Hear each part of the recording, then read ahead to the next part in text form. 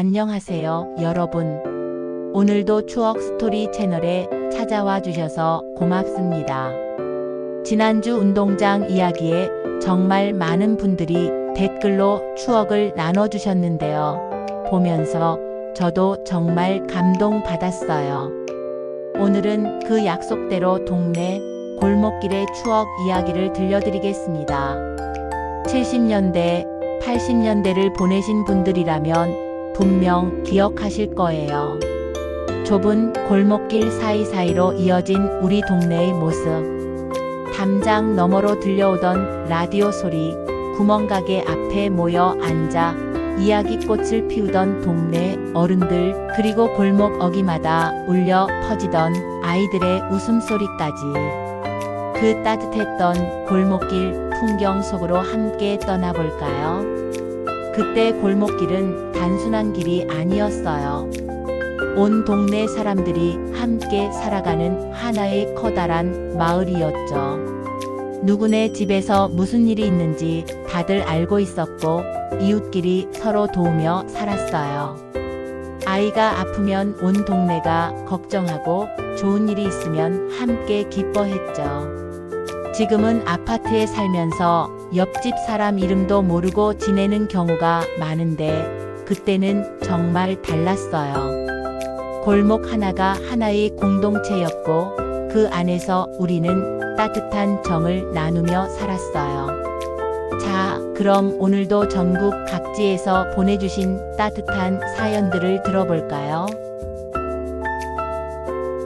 첫 번째 사연은 서울 종로구에 사시는 78세 김순덕 할머니가 보내주셨어요. 저는 평생을 골목길에서 살았어요. 어릴 때부터 결혼해서도 계속 골목집에서 살았거든요. 그때 우리 골목에는 구멍가게가 하나 있었는데 그곳이 동네의 중심이었어요. 가게 할머니는 온 동네 아이들을 다 알고 계셨어요. 누구네 집 아이가 어떤 과자를 좋아하는지, 어느 집 아이가 공부를 잘하는지, 누가 말썽꾸러기인지 다 꿰고 계셨죠.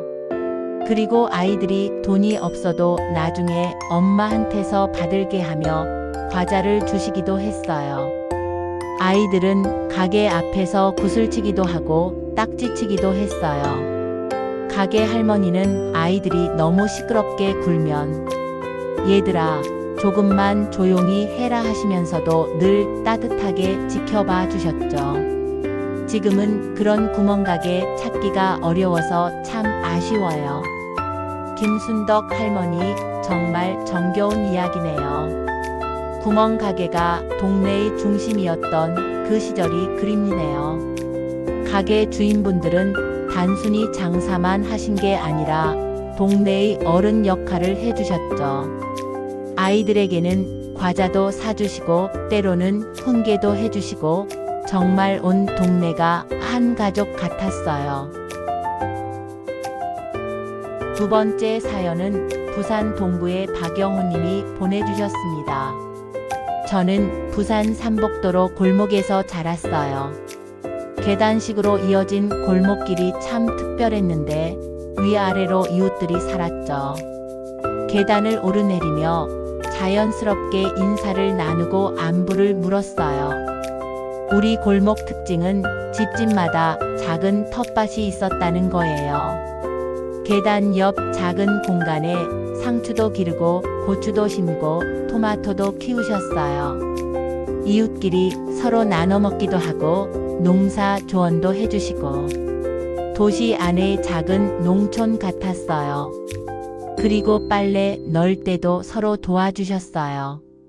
바람이 많이 불거나 갑자기 비가 오면 옆집 빨래 들여다 드릴게요 하며 서로 챙겨주셨죠. 그때는 빨래 건조기가 없으니까 모두 밖에 널었는데 그게 또 하나의 소통 수단이었어요. 아이들은 계단에서 공기놀이도 하고 줄넘기도 했어요. 비탈길이라 공이 굴러가면 아래쪽 아저씨가 던져주시고 연이 나무에 걸리면 위쪽 아저씨가 빼주시고 온 동네가 아이들의 놀이터였어요. 박영호님, 부산 삼복도로 이야기 정말 인상적이네요. 계단식 골목길만의 특별한 정취가 있었을 것 같아요.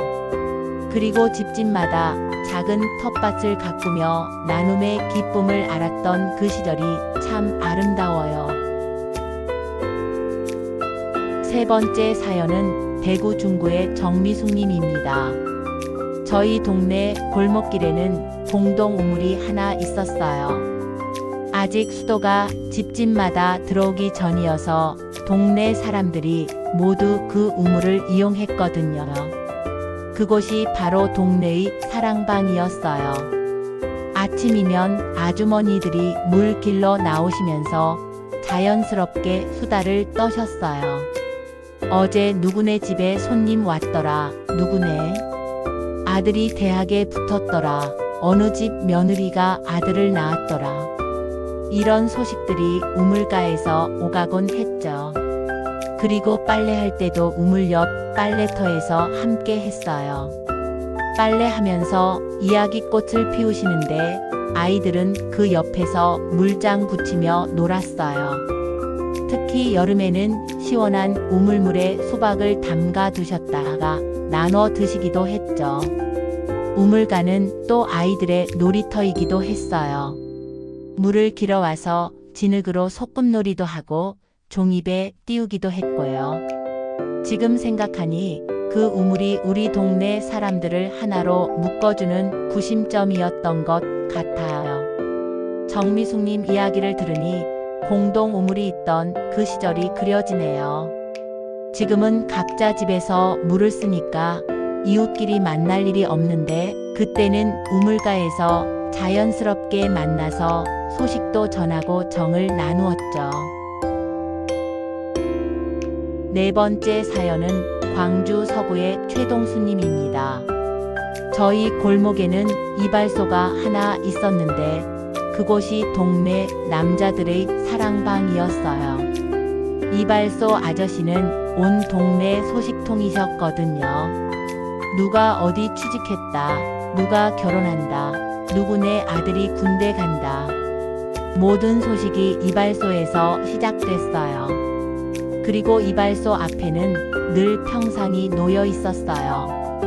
이발 기다리는 사람들도 있었지만 그냥 담소를 나누러 오는 어른들도 많았죠. 여름 저녁이면 그곳에서 장기도 두고 화투도 치고 세상 돌아가는 이야기도 했어요. 아이들에게 이발소 아저씨는 특별한 존재였어요.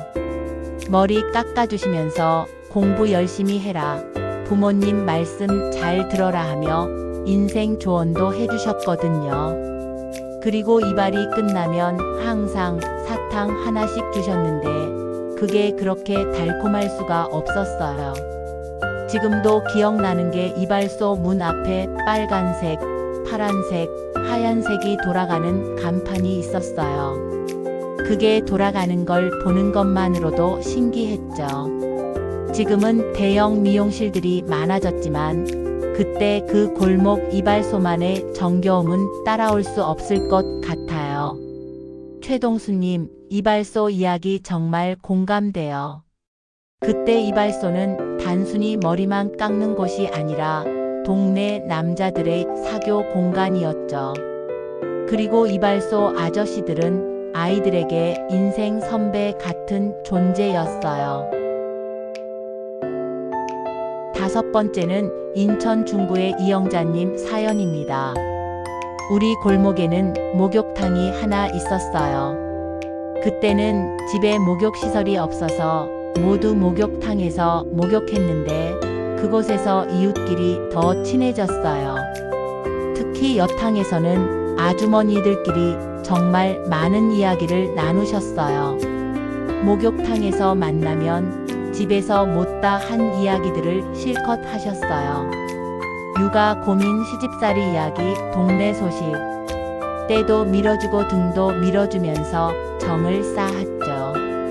어린 아이들은 엄마와 함께 목욕탕에 가서 다른 동네 아이들과 친해지기도 했어요. 그리고 목욕탕 앞에는 항상 우유와 계란이 팔고 있었어요. 목욕하고 나서 우유 한 병, 삶은 계란 하나가 최고의 간식이었죠. 그 맛을 아직도 잊을 수 없어요. 지금은 집에서 샤워하니까 편하지만 그때 목욕탕에서의 소통과 정은 그리워요. 또 기억나는 건 목욕탕에서 나올 때 머리에 수건을 올리고 나오시던 아주머니들 모습이에요. 그리고 목욕탕 굴뚝에서 나오는 연기를 보면 아, 오늘도 많은 사람들이 목욕했구나 생각했죠. 이영자님, 목욕탕 이야기도 참 정겨우네요. 지금은 각자 집에서 샤워하니까 편하지만 그때 목욕탕에서의 공동체 의식은 정말 특별했죠. 서로의 등을 밀어주며 나누던 그 정이 그리워요. 6번째는 전주 완산구의 홍길동님입니다. 우리 골목 이야기를 빼놓을 수 없는 게 바로 길거리 음식이에요. 골목 어귀에 할머니가 호떡을 부쳐 파셨는데 그 냄새가 온 골목에 퍼지면 아이들이 하나둘씩 모여들었어요. 특히 겨울에는 호떡 할머니 앞이 난로 같았어요. 뜨거운 호떡을 후 불어가며 먹는 맛이 정말 좋았거든요. 때로는 돈이 없는 아이들에게도 다음에 갖다 줘 하며 호떡을 주시기도 했어요. 그리고 여름에는 팥빙수 할아버지가 오셨어요. 손수레에 얼음과 팥을 싣고 오셔서 팥빙수 하고 외치시면 온 동네 아이들이 달려나갔죠. 그때 팥빙수는 지금보다 훨씬 단순했지만 더 맛있었던 것 같아요. 또 저녁이면 계란빵 아저씨도 오셨어요. 작은 수레에서 계란빵을 구우시는데 그 고소한 냄새가 온 골목을 감쌌어요. 아이들뿐만 아니라 어른들도 하나씩 사서 드셨는데 그게 저녁 간식의 전부였어요. 홍길동님, 길거리 음식 이야기 정말 좋네요. 그때는 지금처럼 다양한 간식이 없었지만 그 단순함 속에 더 큰 행복이 있었던 것 같아요. 그리고 음식을 파시는 분들도 단순히 장사만 하신 게 아니라 동네 아이들을 사랑으로 돌봐주셨어요. 7번째는 청주 흥덕구의 김영수님입니다. 우리 골목에서 가장 기억에 남는 건 동네 아저씨가 키우시던 개예요. 그게 이름이 삽살이었는데 온 동네 아이들의 친구였어요. 아이들이 학교에서 돌아오면 꼬리를 흔들며 반겨주고 함께 골목을 뛰어다녔죠. 삽살이는 정말 영리했어요. 어느 집 아이인지 다 알고 있었고 아이들이 위험한 곳에 가려고 하면 짖어서 알려주기도 했어요. 그리고 아이들이 울고 있으면 옆에 와서 머리를 비비며 위로해 주기도 했고요. 그런데 어느 날 삽살이가 없어졌어요. 아저씨가 이사를 가시면서 함께 데려가신 거였는데 온 동네 아이들이 며칠 동안 울었어요. 지금 생각해도 삽살이가 그리워요. 그게 한 마리가 우리 골목을 더 따뜻하게 만들어줬던 것 같아요. 김영수님, 동네개 이야기 정말 감동적이네요. 그때는 지금처럼 개를 키우는 문화가 체계적이지 않았지만 동네 전체가 함께 돌보는 분위기였죠. 그게 한 마리가 골목 전체를 하나로 묶어주는 역할을 했던 것 같아요. 8번째는 울산 남구의 정철수님입니다. 우리 동네 골목길에는 담장이 낮아서 이웃집과 자연스럽게 소통할 수 있었어요. 담장 너머로 안녕하세요 하고 인사도 나누고 때로는 반찬도 나눠주고 받기도 했죠. 특히 기억나는 건 옆집 할머니가 키우시던 채소밭이에요. 담장 너머로 자란 오이와 호박이 우리 집 마당까지 뻗어 나왔는데 할머니께서 따서 먹어도 된다고 하셨어요. 그래서 어릴 때 오이 따먹는 재미가 쏠쏠했죠. 그리고 빨래를 넣을 때도 담장 너머로 이야기를 나누셨어요. 오늘 날씨가 좋네요. 빨래가 잘 마르겠어요 하면서 자연스럽게 대화가 시작됐죠. 지금은 높은 담장에 가려져서 이웃의 얼굴도 보기 어렵지만 그때는 정말 가까웠어요. 정철수님, 낮은 담장 이야기 공감돼요.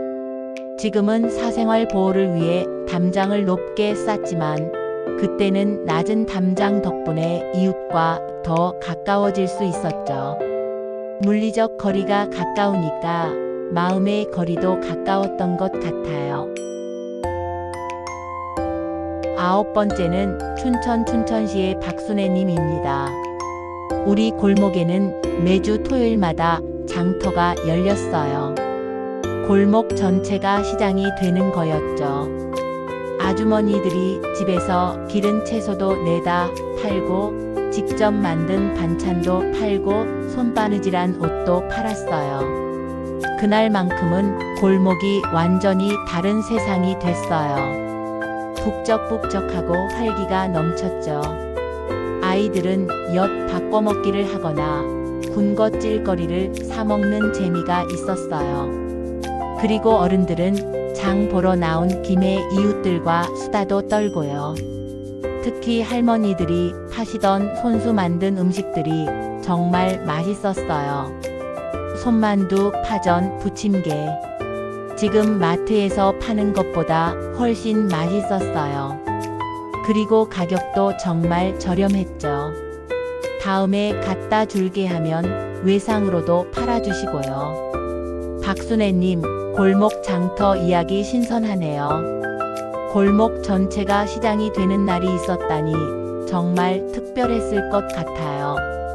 그런 날에는 온 동네가 축제 분위기였겠어요. 10번째는 포항 북구의 김동식님입니다. 우리 골목에서 빼놓을 수 없는 게 라디오 소리였어요. 그때는 집집마다 라디오가 있었는데 창문을 열어놓으니까 온 골목에 라디오 소리가 흘러나왔어요. 특히 저녁 시간대 연속극은 온 골목이 함께 들었죠. 재미있는 건 여러 집에서 같은 방송을 틀어놓으니까 골목 전체가 하나의 극장 같았어요.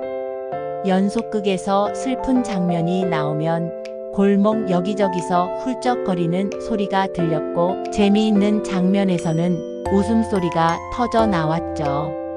그리고 아침에는 라디오 체조 시간이 있었는데 골목 어귀에서 동네 어른들이 함께 체조를 하셨어요. 라디오에서 나오는 구령에 맞춰서 하나, 둘, 셋, 넷 하면서 운동하시는 모습이 참 보기 좋았어요. 김동식님, 라디오 소리가 가득했던 골목 이야기 정말 인상적이네요. 지금은 각자 이어폰을 끼고 개별적으로 듣지만 그때는 라디오 소리가 골목 전체를 하나로 만들어주는 역할을 했군요. 11번째는 창원 마산 회원구의 이정숙님입니다. 우리 골목에는 연탄 배달 아저씨가 계셨어요. 지게에 연탄을 가득 쥐고 골목 곳곳을 다니시면서 연탄을 배달해 주셨는데 그분이야말로 우리 골목의 영웅이었어요. 특히 겨울에는 연탄이 생명줄이었거든요. 연탄이 떨어지면 추운 겨울을 날 수 없으니까요. 연탄 배달 아저씨는 어느 집에 연탄이 필요한지 다 알고 계셨어요. 그리고 돈이 없는 집에는 나중에 주세요 하며 연탄을 먼저 갖다 주시기도 했죠. 아이들에게도 친절하셨어요. 연탄을 나르시면서도 길에서 만난 아이들에게 조심해서 가라, 공부 열심히 해라 하고 말씀해 주셨어요. 그리고 가끔은 주머니에서 사탕을 꺼내 주시기도 했고요. 이정숙님, 연탄 배달 아저씨 이야기 마음이 따뜻해지네요. 그분들은 단순히 연탄만 배달하신 게 아니라 동네의 온정을 전달해 주셨던 것 같아요. 여러분의 사연을 들으니까 그 시절 골목길이 정말 생생하게 그려집니다. 좁은 길이었지만 그 안에는 이웃사랑과 따뜻한 정이 가득했죠. 구멍가게부터 이발소, 목욕탕, 우물까지 골목 하나하나가 우리 삶의 터전이었어요. 지금은 아파트에 살면서 편리해졌지만 그때 골목길에서 느꼈던 공동체 의식은 그리워요. 이웃의 얼굴을 알고 서로 안부를 묻고 어려울 때 도와주고 그런 따뜻한 인정이 있었죠. 그때 골목길은 단순한 주거 공간이 아니라 하나의 마을이었어요. 아이들에게는 놀이터였고 어른들에게는 사교 공간이었으며 어르신들에게는 쉼터였죠. 그리고 모든 연령대가 자연스럽게 어울려 살 수 있는 공간이었어요. 특히 인상적인 건 그 시절 상인들의 모습이에요. 구멍가게 할머니, 이발소 아저씨, 호떡 할머니, 연탄 배달 아저씨. 이분들은 단순히 장사만 하신 게 아니라 동네의 어른 역할을 해주셨어요. 아이들을 사랑으로 돌봐주시고 때로는 인생 조언도 해주시고 어려운 이웃은 도와주기도 하셨죠. 그리고 라디오 소리, 빨래 널리는 소리, 아이들 노는 소리. 이런 일상의 소리들이 골목을 살아있게 만들었어요. 지금은 방음이 잘 되는 아파트에 살아서 조용하지만 그때는 이웃의 삶의 소리가 자연스럽게 들렸고 그게 또 하나의 소통이었죠. 50대 분들이라면 80년대, 90년대에도 이런 골목 문화를 경험하셨을 텐데요. 그때는 어떠셨나요? 아마 70년대와는 조금 다른 모습이었을 것 같아요. 전화가 보급되기 시작하고 텔레비전이 더 흔해지고 그래도 여전히 골목의 정취는 남아 있었을 거예요. 요즘 도시재생이나 골목길 살리기 같은 사업들이 많이 진행되고 있는데요. 그런 걸 볼 때마다 그때 그 자연스러웠던 골목 문화가 그리워져요. 물론 지금은 사생활 보호도 중요하고 개인의 공간도 필요하지만 가끔은 이웃과 인사라도 나눌 수 있으면 좋겠어요. 지금도 골목길에 사시는 분들 계신가요? 요즘 골목길도 예전과는 많이 다를 텐데 그래도 아직 남아있는 정취가 있다면 댓글로 들려주세요. 그런 이야기들이 다른 분들에게도 위로가 될 거예요. 그때 골목길의 교육적 의미도 생각해보게 돼요. 아이들은 골목에서 자연스럽게 사회성을 기를 수 있었어요. 어른들께 인사하는 법, 이웃과 어울리는 법, 나눔의 기쁨. 이런 걸 따로 가르치지 않아도 골목에서 저절로 배웠죠. 그리고 안전 문제도 있었어요. 온 동네가 아이들을 함께 돌봐주니까 위험한 일이 생기면 누군가는 꼭 도와줬어요. 지금처럼 CCTV가 있는 건 아니지만 이웃들의 따뜻한 시선이 있었죠. 계절마다 골목의 모습도 달랐어요. 봄에는 담장 너머로 꽃이 피고 여름에는 평상에서 시원한 바람을 맞으며 가을에는 감이나 대추가 익어가는 모습을 보고 겨울에는 연탄 연기가 피어오르는 그런 자연스러운 계절의 변화를 온몸으로 느낄 수 있었어요. 물론 불편한 점도 많았어요. 프라이버시가 없었고 때로는 이웃 간의 갈등도 있었고 위생이나 편의시설도 부족했죠. 하지만 그런 불편함을 상쇄할 만큼 따뜻한 정이 있었던 것 같아요. 지금 우리가 할 수 있는 건 뭘까요? 골목길로 돌아갈 수는 없지만 그때의 정신만큼은 이어갈 수 있을 것 같아요. 아파트에 살더라도 이웃에게 먼저 인사하고 어려운 일이 있으면 도와주고 아이들을 함께 돌봐주고 그런 작은 실천들이 중요한 것 같아요. 엘리베이터에서 만나면 먼저 인사해 보세요. 처음엔 어색할 수도 있지만 시간이 지나면 자연스러워질 거예요. 그리고 복도에서 아이들을 만나면 따뜻하게 인사해 주세요. 그런 작은 관심이 아이들에게는 큰 힘이 될 거예요.